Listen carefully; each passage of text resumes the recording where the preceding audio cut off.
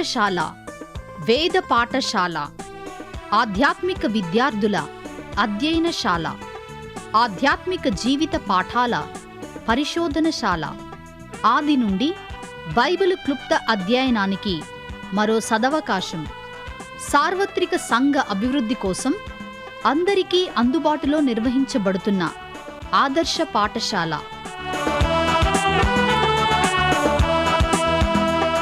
వినండి, వేద పాఠశాలలో పరలోక పాఠాలు. విశ్వవాణి రేడియో శ్రోతలకు యేసుక్రీస్తు నామములో శుభములు. ఇప్పుడు మనం అందరం కలిసి ఒక గొప్ప ప్రయాణాన్ని మొదలు పెట్టబోతున్నటువంటి అనుభూతిని మరియు గొప్ప పురికొల్పును పొందబోతున్నాం. వేద పాఠశాల ఈ నూతన కార్యక్రమాలకు మీ అందరికీ స్వాగతం. ఈ తరగతుల్లో బైబిల్ గ్రంథాన్ని మరోసారి ఆదికాండము నుండి ప్రకటన గ్రంథం వరకు దాదాపుగా 360 తరగతులుగా ధ్యానించబోతున్నాం. ఇది ఒక దూర ప్రయాణం అయినా త్వరితంగానే ముగించబడుతుంది. మీరు కూడా ఈ ప్రయాణములో ఉండుటకు ప్రయత్నించండి. క్రొత్త వారిని కూడా ఈ తరగతులలో చేరేటట్టు ఆహ్వానించండి.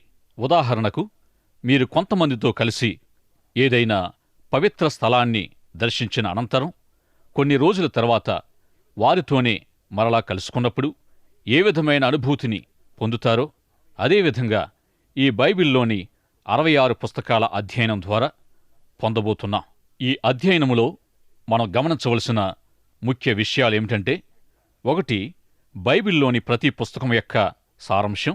2, పుస్తకం యొక్క సంక్షేపమైన వర్ణన. 3, మరి ముఖ్యంగా ప్రతి పుస్తకం యొక్క ధ్యాన సందేశం. మరో మాటలో చెప్పాలంటే, బైబిల్ గ్రంథ సత్యాలను మన వ్యక్తిగత జీవితాలకు అన్వయించుకొనుట. ఈ వేద పాఠశాల తరగతులు సామాన్య విశ్వాసుల కొరకే ఉద్దేశించబడ్డాయి. ఎఫెసీ పత్రిక 4వ అధ్యాయం 13వ వచనములో అపోస్తలుడైన పౌలు ఉద్దేశం ప్రకారం సంఘం యొక్క బలము ఈ సామాన్య విశ్వాసులే. ఒకవేళ మనము పరిచర్య ధర్మం నిజముగా జరిగింపబడి ఉండవలనంటే ఈ సామాన్య విశ్వాసులను సంపూర్ణులుగా చేయుట అవశ్యం. ఈ అధ్యయన పద్ధతిలో పుస్తకము తర్వాత పుస్తకము గుండా వెలుచున్నప్పుడు సామాన్య విశ్వాసులు సన్నద్ధులై తమ విశ్వాసమును బలంగా బహిరంగ స్థలాల్లో తమ స్నేహితులతోనూ కుటుంబంతోనూ మరియు ఇరుగు పొరుగువారితోనూ పంచుకున్నట్లు గమనించడం మన ముఖ్యోద్దేశం. సంఘములో ఉన్న సామాన్య విశ్వాసులకు, ఆదివారపు బడి ఉపాధ్యాయులకు మరియు సంఘములో పనిచేయు ఇతరులకు విశేష గ్రహణాశక్తి గల వాక్య జ్ఞానమును వారికి అందించడం ద్వారా వారిని సంపూర్ణులుగా చేయుట మా ఉద్దేశం. ఈ 66 పుస్తకాలను ధ్యానిస్తున్న సమయంలో మన ముఖ్యోద్దేశము నెరవేర్చబడుటకు కొన్ని లేఖన భాగాలు మీకివ్వబడతాయి, మరికొన్ని ప్రశ్నలు కూడా మీకివ్వబడతాయి. తద్వారా మీకు దానిలోని సారాంశం, ధ్యాన సందేశం, సంక్షేపమైన వర్ణన మరియు బైబిల్ గ్రంథ సత్యాలను మన వ్యక్తిగత జీవితాలకు అన్వయించుకునేటట్లో మనం తెలుసుకుంటాం. మీరు అనేకమైన వాక్య అంశాలు తెలుసుకోవాలంటే వాటిని బైబిల్లోని 66 గ్రంథాల పరిశీలనలో మీరు తెలుసుకుంటారు. ఇంతవరకు మీరు ఎప్పుడు బైబిల్ గ్రంథమును ఆదికాండము నుండి ప్రకటన గ్రంథం వరకు చదివి ఉండకపోతే ఇది మీకు కేవలము ఉపోద్ఘాతమనే సత్యాన్ని గ్రహించండి. ఇది బైబిల్ యొక్క సంకలనం లేదా ఆయా భాగాలను కలిపి ఒక్కటిగా ఉంచడం. బైబిల్ గ్రంథం 66 పుస్తకాలుగా విభజించబడి ఉంది. ఈ విధంగా సేకరించబడిన పుస్తకములన్నిటినీ కలిపి ఒక నూతన గుర్తింపుగా బైబిలు అని మనం పిలుస్తున్నాం. ఈ అనుభవంలోనికి వెళ్ళకముందు మీ అందరికీ ఒక సవాలు విసరడానికి ఆశపడుచున్నాను. ఈ పాఠ్య ప్రణాళికను మనం నమ్మకంగా అనుసరించినప్పుడు, మేము మీకిస్తున్న సూచనలను నమ్మకంగా పాటిస్తే మన జీవితాలకు గొప్ప విలువ కలుగుతుంది. అపోస్తలుడైన పౌలు చెప్పిన రీతిగా పనివానిగా మార్చబడడం వల్ల మనము సిగ్గుపడుటకు మరియు కలవరపడుటకు దూరముగా ఉండగలం. బైబిల్ గ్రంథమును మనం సరిగా అర్థం చేసుకొనుటకు ఒకే ఒక మార్గముంది, అది పని. ఈ అధ్యయన పద్ధతిని ఆరంభించకముందు మేము మీకివ్వబోతున్న ఒక్క పాఠమును కూడా తప్పిపోకుండా అన్ని పనులను క్రమంగా చేయుటకు మీకు మీరు సమర్పించుకోవాలి. బైబిల్ గ్రంథమును సరైన విధానములో చదువుటకు మీరు సరైన పనిముట్లు కలిగి ఉండడం అత్యవసరం. మన సమాజములో ఆయా విధాలైన పనులు చేసేవారు రకరకాల పనిముట్ల సహాయముతో పనిచేస్తారు. అలాగే మన బైబిల్ అధ్యయనానికి కూడా కొన్ని పనిముట్లు అవసరమై ఉన్నాయి. మొదటిది, మనకెంతో విలువైనది ఏమిటంటే బైబిల్ గ్రంథం. మీరు నిజముగా వాక్య ధ్యానం పట్ల ఆసక్తి కలిగిన వారైతే అన్ని అధ్యాయాలు కలిగిన ఒక మంచి బైబిల్ను కలిగి ఉండాలని కోరుచున్నాను. మీరు సంవత్సరాల కొలది వాక్య ధ్యానములో గడిపితే వాక్యానికి దగ్గరవుతారు. ఇక రెండవది, బైబిల్ నిఘంటు.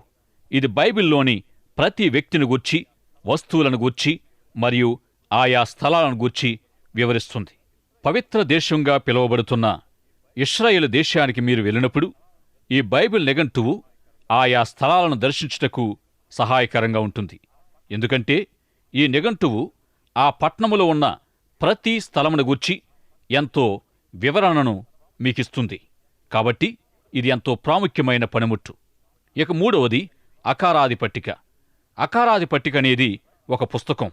ఇది బైబిల్లోని ప్రతి మాటను కలిగి ఉండి అది ఎక్కడ ఉందో తెలియజేస్తుంది. ఈ అకారాది పట్టిక ఎంతో విలువైనదిగా గుర్తించుటకు కారణమేమిటంటే, ఒకటి, బైబిలును అంశాల పద్ధతిలో క్షుణ్ణంగా ధ్యానించగలుగుతారు. మరియు రెండు, బైబిల్లోని ఏ అంశమైనా తలంపైన ధ్యానించాలనుకుంటే ఈ అకారాది పట్టిక ఆదికాండము నుండి ప్రకటన వరకు ఆ అంశం ఎక్కడుందో మనకు వివరిస్తుంది. దీని ద్వారా మీకు ఆ అంశంపై తొందరగా ఒక అవగాహన కలుగుతుంది. ఈ కారణాల చేతనే బైబిల్ పండితులు అకారాది పట్టికను బహుగా ఇష్టపడతారని నా నమ్మకం.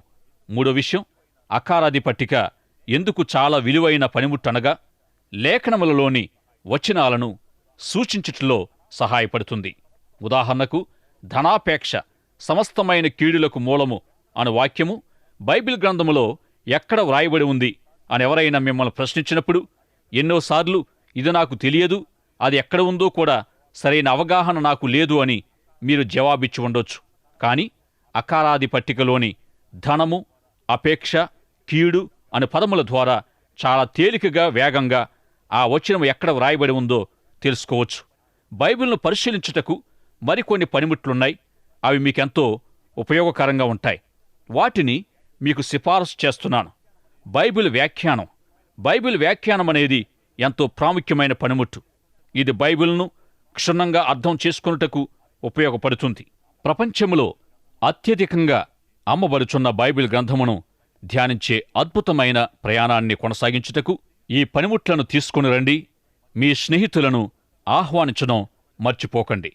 సువార్తల్లో మనకు చెప్పబడిన రీతిగా యేసుక్రీస్తు తన పునరుత్థానము ద్వారా తన శిష్యుల తట్టు తిరిగి బైబిల్కు సంబంధించిన కొన్ని వాక్య సత్యాలను వారితో పంచుకున్నారు. ఆ రీతిగా ప్రభు కొన్ని సత్యాలను పంచుకోవడం ద్వారా మొట్టమొదటిసారి వారి జీవితంలో బైబిల్ గురించి అర్థం చేసుకోగలిగారు.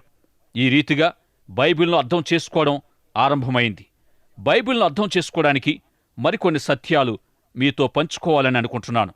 మొట్టమొదటిది, బైబిల్ యొక్క నిర్వచనం గురించి ఆలోచిద్దాం. బైబిల్ అనగా ఏమిటి? మనలో చాలామంది బైబిలుపై పరిశుద్ధ బైబిల్ అని వ్రాయబడి ఉంటుంది. పరిశుద్ధ బైబిలుగా పిలువబడుచున్న ఈ పుస్తకాన్ని మనము ఏమని అర్థం చేసుకుంటున్నాం? బైబిల్ అను మాట బిబ్లియా అను పదము నుండి వచ్చింది.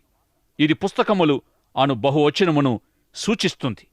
ఒకవేళ మీరు ఈ పదము యొక్క వాస్తవ రూపాన్ని చూచినట్లయితే వెంటనే ఇది కేవలము పుస్తకమని కాకుండా పుస్తకములు అని చెప్పుచున్నట్లు గమనిస్తారు. బైబిల్ అనగా 66 పుస్తకాల సముదాయం. ఈ పుస్తక సముదాయాన్ని పరిశుద్ధ పుస్తక సముదాయంగా చెప్పుచున్నప్పుడు మనము దీనిని ఏమని అర్థం చేసుకుంటున్నాం? పరిశుద్ధత అను పదమునకు అర్థమేమనగా దేవునికి సంబంధించినది లేదా దేవుని నుండి వచ్చున్నది.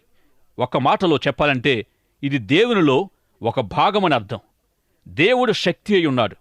పరిశుద్ధత యొక్క అర్థం ఇదే. దేవునికి సంబంధించినది అనగా ప్రాథమిక అర్థమై ఉంది. అనగా ఈ చిన్న పుస్తకాలు ఒక ప్రత్యేకమైన పద్ధతిలో దేవునికి సంబంధించినవి. ఈ చిన్న పుస్తకాల ద్వారా దేవుడు ఒక శక్తివంతమైన పనిని చేయుటకు తలపెట్టి ఉన్నాడు. ఈ గ్రంథములో మానవునికి సంబంధించిన సందేశముంది గనుక ఈ పుస్తకము లోకములో అన్నిటికంటే అతి ప్రాముఖ్యమైనదిగా పరిగణించబడుతుంది. కాబట్టి బైబిల్ యొక్క అధ్యయనం లోకములో ఎంతో గొప్పది. అందును బట్టి మనం ఈ గ్రంథమును ధ్యానించబోచున్నాం. ఎందుకంటే ఇది మన కొరకైన దేవుని పుస్తకం, దేవుని గ్రంథం. లోకములో అత్యంత విలువైన గ్రంథం బైబిల్ను, దేవుని పుస్తకాన్ని ధ్యానించబోతున్నాం. ఇది దేవుని వాక్యముగా కూడా పిలువబడుతుంది. చాలామంది దీనిని దేవుని వాక్యమని పిలువడం మీరు వినే ఉంటారు. ఈ విధంగా దేవుని వాక్యమని పిలువబడడంలో అర్థమేమిటి? వాక్య వివరణలు ప్రవక్తల చేత మరియు అపోస్తలులైన పౌలు మరియు పేతురు వంటి వారిచే వ్రాయబడ్డాయి. ఉదాహరణకు అపోస్తలుడైన పౌలు వ్రాసిన వాక్యం యొక్క వివరణ మనం విందాం. 2వ తిమోతి పత్రిక 3వ అధ్యాయం 16-17 వచనాలు. దైవావేశం వలన కలిగిన ప్రతి లేఖనము ఉపదేశించుటకును, ఖండించుటకును, తప్పు దిద్దుటకును, నీతియందు శిక్ష చేయుటకు ప్రయోజనకరమై ఉన్నది. మనలను ప్రతి విషయములో సంసిద్ధులనుగా చేయుటకును, ప్రతి ఒక్కరికి మేలు చేయుటకును, మనలను మార్చుట ప్రభు యొక్క విధానమై ఉంది. ఈ 2 వచనాల్లో అపోస్తలుడైన పౌలు చెప్పుచున్నదేమిటంటే, దేవుడు ఈ పుస్తకాలను వ్రాయుటలో ఒక ఉద్దేశం కలిగి ఉన్నాడు. దేవుని దగ్గర సందేశముంది. దానిని మానవునికి తెలియచేయు ఉద్దేశముతో దాదాపు 40 మంది లేదా ఎక్కువ మంది గొప్ప మనుషులను దేవుడు ప్రేరేపించి ఉన్నాడు. ఆ మనుషులు దేవుని చేత ప్రేరేపించబడి వారి స్వంత మాటలను కాక దేవుని మాటలనే వ్రాశారు. వారు దాదాపు 1500 నుండి 1600 సంవత్సరాల్లో వ్రాసిన వ్రాతలు ఒక గొప్ప పుస్తకంగా మారింది. దీనినే మనము పరిశుద్ధ బైబిలుగా పిలుచుచున్నాం. దేవుడు ఈ పుస్తకాలను వ్రాయుటకు మనుషులను ప్రేరేపించే క్రమాన్ని దైవ ప్రేరణ, దైవావేశము అనంటాం. అపోస్తలుడైన పౌలు ఈ పుస్తకాలను దైవావేశం వలన కలిగినవి అంటున్నాడు. దైవావేశము అన్న మాటకు లోపలికి పీల్చుకునుట అని అర్థం. పరిశుద్ధాత్మ దేవుడు ఈ మనుషుల్లోనికి ప్రవేశించి వారిని వ్రాయుటకు ప్రేరేపించినట్లుగా అర్థం చేసుకోవాలి. పేతురు బైబిల్ గ్రంథాన్ని ఈ విధంగా వర్ణిస్తున్నాడు. పేతురు 2వ పత్రిక 1వ అధ్యాయం 16, 17, 20, 21 వచనాల్లో ఏలయనగా చమత్కారముగా కల్పించిన కథలను అనుసరించి మన ప్రభువైన యేసుక్రీస్తు యొక్క శక్తిని, ఆయన రాకడను మేము మీకు తెలుపలేదు గాని ఆయన మహత్యమును మేము కన్నులారా చూచిన వారమై తెలిపితిమి. ఒకడు తన ఊహను బట్టి చెప్పుట వలన లేఖనములో ఏ ప్రవచనమును పుట్టదు.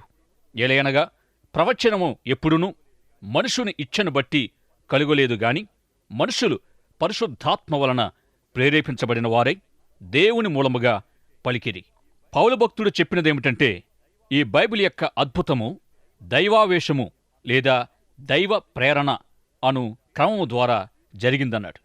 పేతురు ఈ దైవ ప్రేరణ గూర్చి వివరిస్తున్నదేమిటంటే, పుస్తకములో ఉన్న సందేశము మనుషుల మూలముగా కలుగలేదు గాని దేవుని మూలముగానే కలిగింది అని అనుచున్నాడు.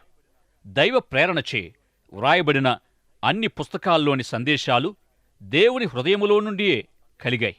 దేవుడు తన సందేశాలను పరిశుద్ధాత్ముని ద్వారా మానవులకు తెలిపాడు. పేతురు గ్రీకు భాషలో పెరో అనే అద్భుతమైన పదమును వాడాడు. చాలా ప్రాంతాల్లో లేక స్థలాల్లో వంతెనలకు బదులు ఏరుదాటు పడవలను ఉపయోగిస్తారు. ఇది వాస్తవము. ఎక్కడైతే నీరు అధికంగా ఉంటుందో అక్కడ వీటిని ఉపయోగిస్తారు. ఇక మరి ఒక మాట ఏమిటంటే, దేవుని జీవపు మాట. ఇది లేఖనాలకు కాకుండా కేవలం యేసుక్రీస్తు వారికే వర్తిస్తుంది. బైబిల్ గ్రంథం వ్రాయబడి ఉన్న దేవుని వాక్యముగా పిలువబడుతుంది. యేసుక్రీస్తు దేవుని జీవపు వాక్యముగా పిలువబడుచున్నాడు. ఆయన ఏమై ఉన్నాడో, ఏమి చెప్పి ఉన్నాడో, ఏమి చేసి ఉన్నాడో ప్రతిదీ మనకు దేవుని వాక్యమై ఉంది. దేవుడు ఈ గ్రంథము ద్వారా మనకు ఎన్నో గొప్ప విషయాలను బోధిస్తున్నాడు. కాని ఆయన కుమారుడైన యేసుక్రీస్తు ద్వారా మరెన్నో గొప్ప సత్యాలు బయలుపరిచి ఉన్నాడు. దేవుడు మరో విధంగా కాకుండా యేసుక్రీస్తు జీవితము ద్వారా మరియు ఆయన బోధల ద్వారా ఈ లోకానికి మరెన్నో అద్భుత విషయాలను తెలియజేశాడు. కాబట్టి యేసుక్రీస్తు దేవుని జీవపు వాక్యముగా పరిగణింపబడుతున్నాడు. అపోస్తలుడైన పౌలు ఈ విధంగా చెప్పుచున్నాడు, సువార్త ప్రకటన యను వెర్రితనముతో నమ్మి రక్షించబడడం ద్వారా దేవుడు సంతోషించాడు. పౌలు ఏనాడో దీనిని అర్థం చేసుకోనప్పటికీ సువార్త పరిచర్యకు తనను తాను సమర్పించుకున్నాడు. పౌలు ఆయా స్థలాలకు వెళ్లి యేసుక్రీస్తును గుర్చిన సువార్తను ప్రకటించి తాను కనుగొన్న విషయం ఏమిటంటే, దేవుని ఆత్మ స్వాధీనములో ఉన్న దేవుని సేవకుని చేత ఎప్పుడైతే దేవుని వాక్యము లేదా దేవుని సందేశము ప్రకటించబడి ఉన్నదో అప్పుడు ప్రజలు రక్షించబడి దేవుని బిడ్డలుగా మార్చబడ్డారు. ఇక బైబిలు ఏ విధంగా సమకూర్చబడిందో తెలుసుకుందాం. మనము గ్రహించవలసిన చాలా ప్రాముఖ్యమైన అంశం ఏమిటంటే, బైబిల్ గ్రంథములోని 66 పుస్తకాలు అవి ఎప్పుడు వ్రాయబడ్డాయి మరియు వాటి గ్రంథకర్తలు ఏ కాలములో జీవించారు అను అంశాల మీద ఆధారపడి అమర్చబడి ఉండలేదు. కాని బైబిల్లో ఈ 66 పుస్తకాలు వాటి రకాలను బట్టి సమకూర్చబడ్డాయి. ఈ 66 పుస్తకాలు 2 ముఖ్య భాగాలుగా విభజించబడ్డాయి. ఒక భాగము పాత నిబంధన గ్రంథముగాను మరి ఒక భాగము కొత్త నిబంధన గ్రంథంగా పిలువబడుతున్నాయి. అయితే యేసుప్రభు దినాల్లో పాత నిబంధన కొత్త నిబంధన అని ఏర్పాటు లేనేలేదు. అప్పటికీ క్రొత్త నిబంధన వ్రాయబడి ఉండలేదు. యేసుక్రీస్తు దినాల్లో ఉన్న పుస్తకాలు దేవుని వాక్యము లేదా లేఖనాలుగా పిలువబడేవి. పాత నిబంధన క్రొత్త నిబంధన అని విభజన క్రొత్త నిబంధన పూర్తిగా వ్రాయబడి పుస్తక సముదాయంగా ఏర్పడిన తర్వాత జరిగింది. పాత నిబంధన గ్రంథం యొక్క అతి ప్రాముఖ్యమైన సందేశం యేసుక్రీస్తు యొక్క 2వ రాకడను గూర్చి వ్రాయబడింది. ప్రవక్తలందరూ చెప్పిన సత్యం ఇదే. లేఖనాల ప్రకారం సృష్టి ప్రారంభములో దేవుడు మరియు మానవుడు పరస్పరము కలిసి ఉండేవారు.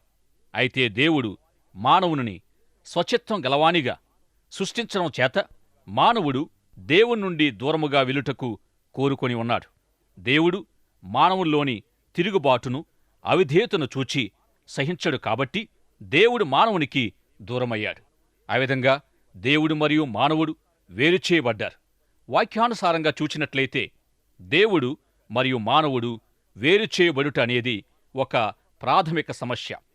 పాత నిబంధన గ్రంథములో దేవుడు మానవునితో ఇలాగు సెలవిస్తున్నాడు, వేరు చేయబడుట లేదా పరిత్యాగము అను సమస్య విషయములో నేను ఒక ఏర్పాటు చేయబోతున్నట్లు మీతో చెప్పినప్పుడు మీరు నన్ను నమ్మగలరా?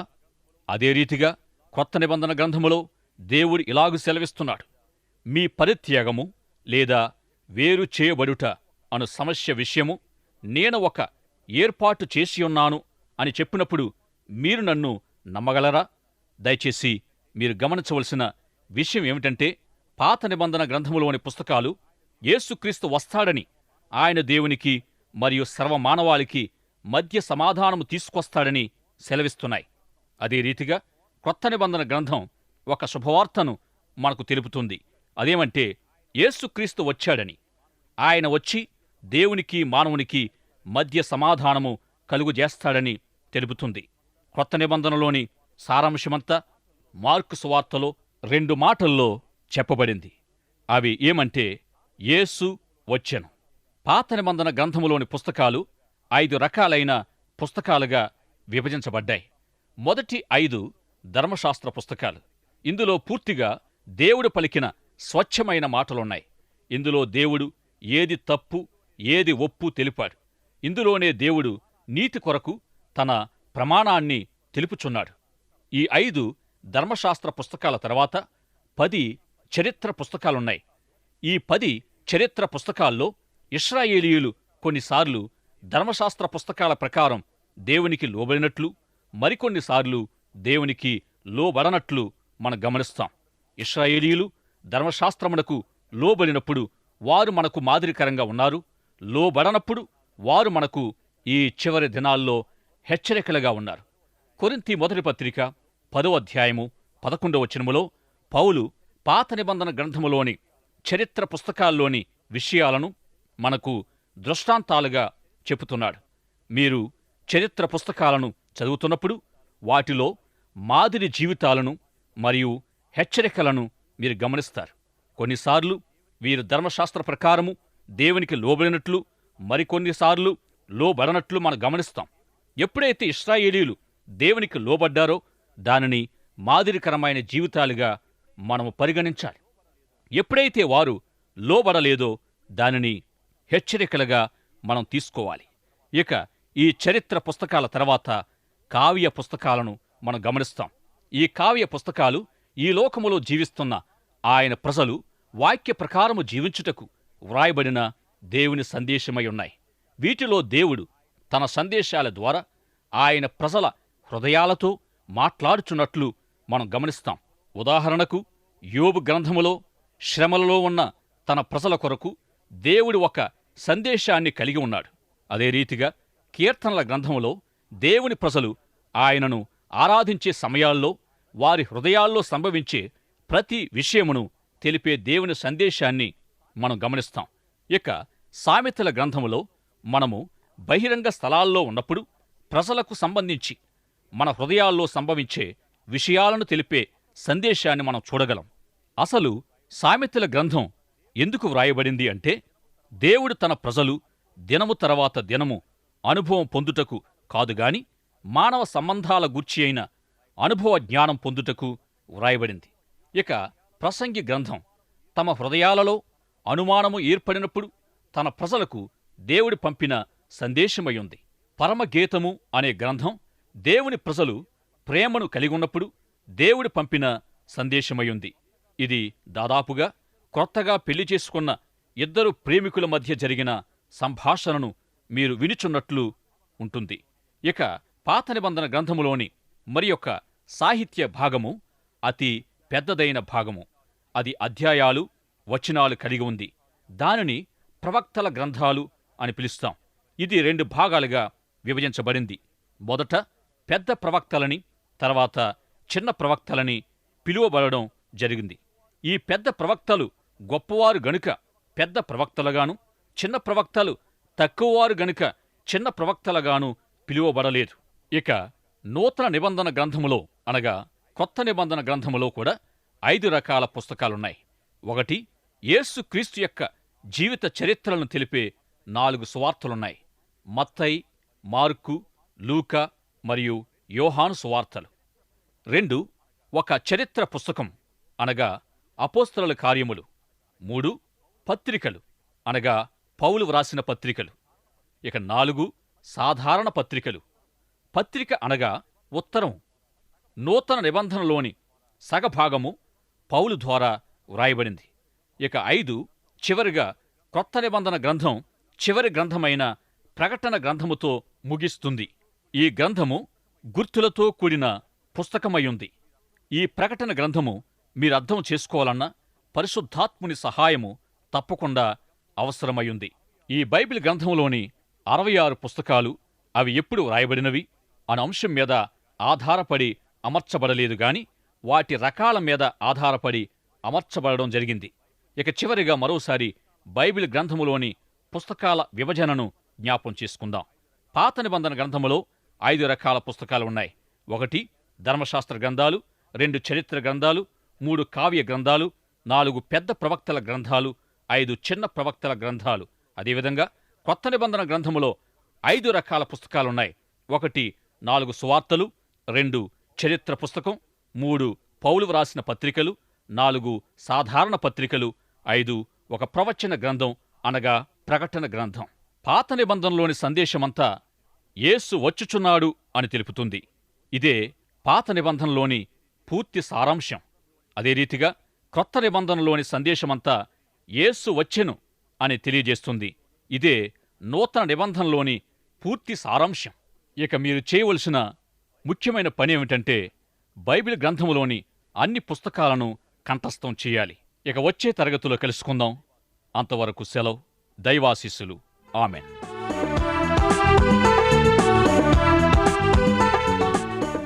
మీరింతవరకు వేద పాఠశాల తరగతిలో బైబిలు వ్యక్తుల జీవితాల నుండి కొన్ని పాఠాలు వింటూ ఉన్నారు. ఈ ఆధ్యాత్మిక పాఠాలు మీ వ్యక్తిగత, కుటుంబ జీవితాలకు ఎంతో సహాయపడగలవని భావిస్తున్నాం. ఈ తరగతుల్లోని క్లుప్త పాఠాల ద్వారా ఇంకా ఎక్కువ నేర్చుకోవాలని ఆశిస్తే అందుకు సహాయకరంగా ఒక ఉచిత బైబిల్ గైడు మీకు పంపించగలం. ఈ గైడ్ కావలసిన వారు ఈ రోజే మాకు వ్రాయండి. మా అడ్రస్ వేద పాఠశాల, విశ్వవాణి, తపాలా సంచి 4, సికింద్రాబాద్ 500017.